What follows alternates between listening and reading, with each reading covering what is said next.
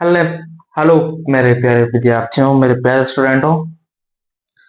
आज हम बात करने वाले हैं जो हमारा क्लास 8 है उसका एसएसटी का चैप्टर फर्स्ट की हिस्ट्री का जो चैप्टर फर्स्ट है, हाउ, व्हेन एंड वेयर।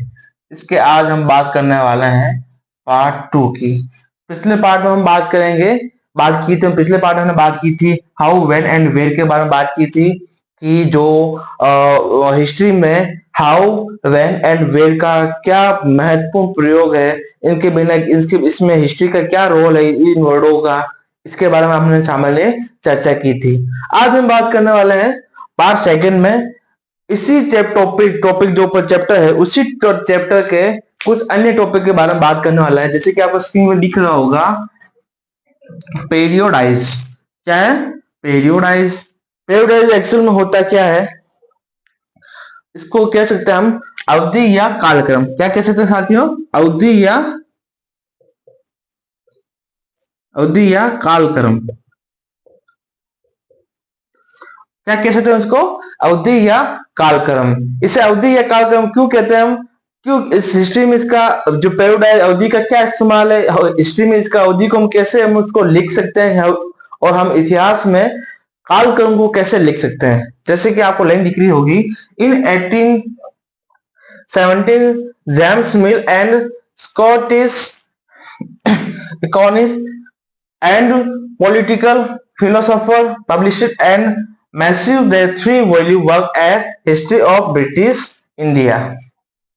ठीक है, इसमें क्या लिखा है कि 1817 में जेम्स मिल और Scottish economist and political philosopher, ठीक है, इन तीनों मिलकर जो इंडिया का इतिहास है उसको 3 भागों में डिवाइड किया। कितने भागों में? 3 पार्ट में, 3 भागों में विभाजित किया है।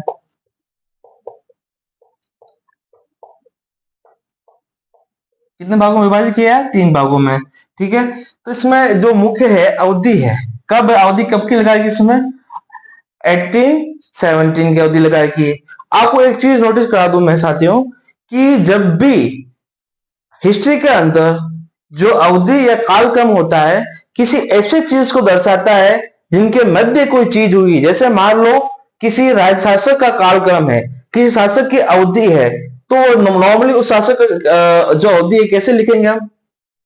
जैसा मान लो मैं आपको किसी शासक के एक्स, जैसे कोई एक शासक है, कोई भी कोई राजा है, जैसे उसकी अवधि है मान लो जैसे 1444 से लेकर 1497।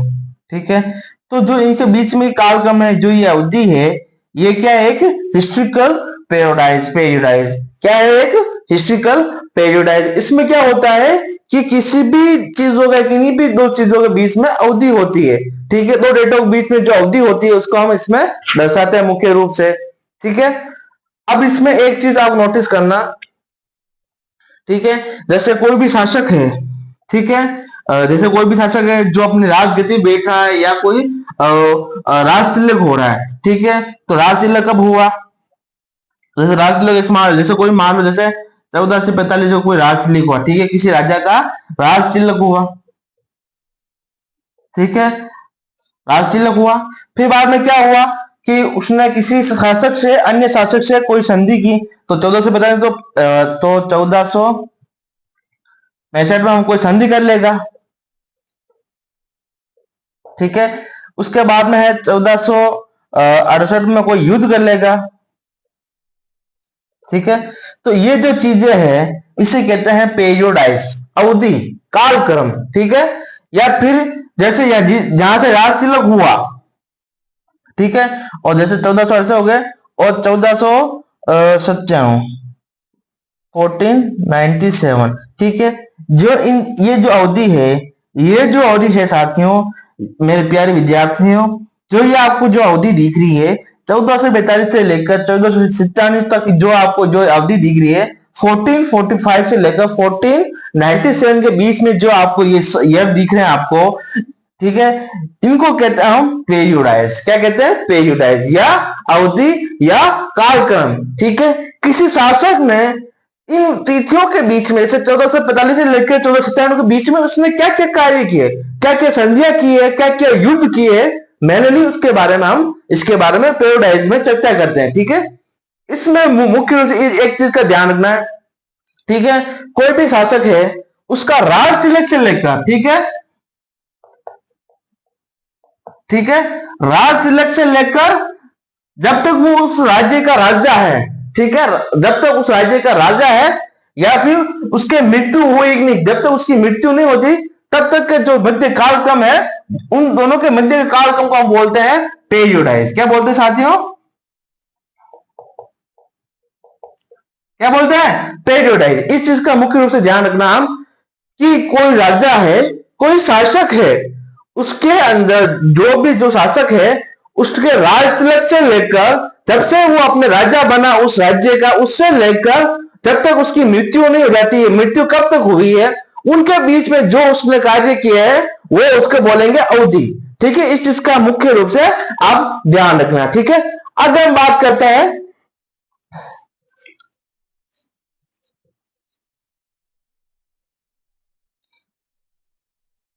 कॉर्नोनिल। क्या है साथियों? कॉर्नोनिल।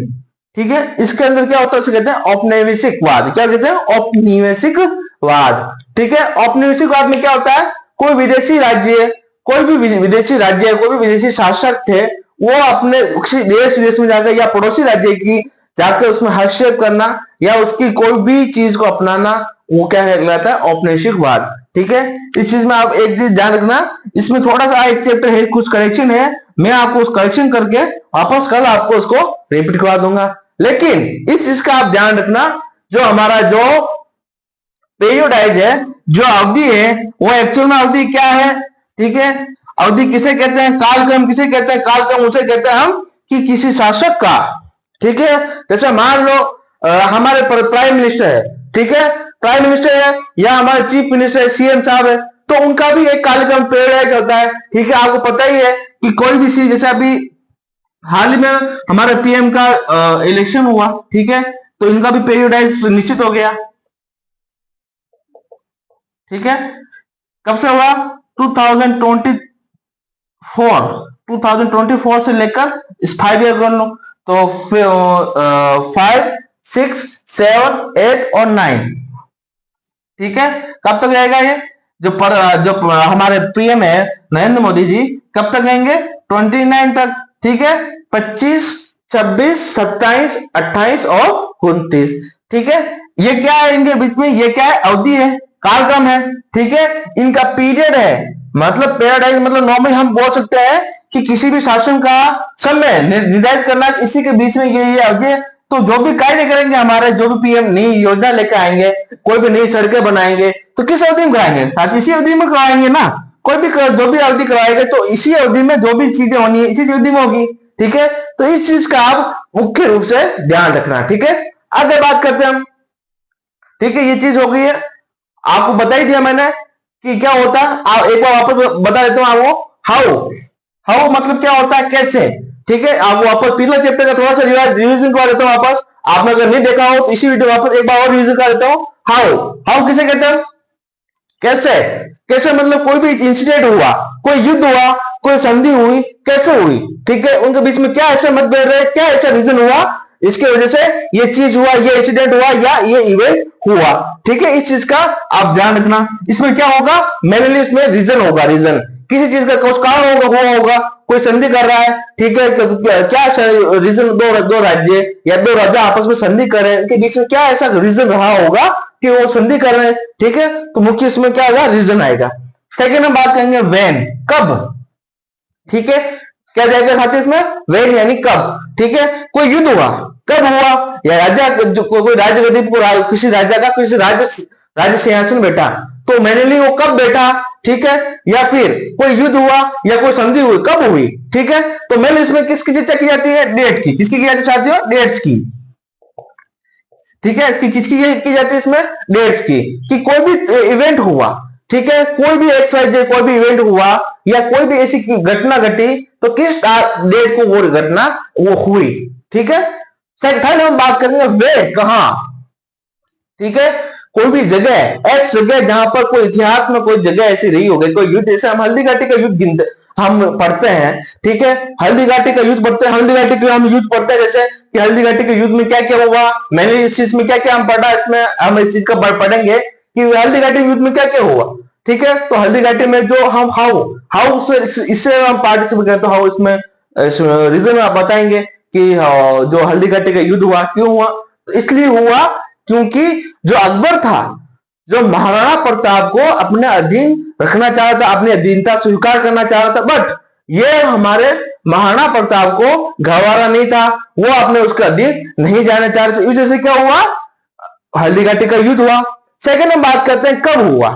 ठीक है, इसमें मेनली क्या होगी, डेट हुई। तो ये हल्दी घाटी का जो युद्ध हुआ, ये इवेंट हुआ, मेनली कब हुआ, तो इसमें डेट आएगी। जैसे हल्दी घाटी का युद्ध हुआ 18 जून,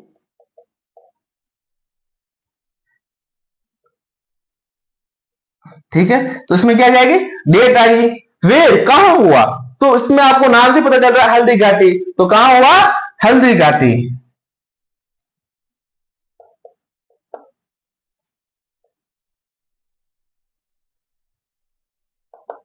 ठीक है, जो प्रेजेंट टाइम में कहा है, राजसमंद में। ठीक है, इस चीज का आप ध्यान रखना। ठीक है, जय हिंद भारत साथियों, जय भारत। मिलते हैं हम अगली क्लास में, धन्यवाद।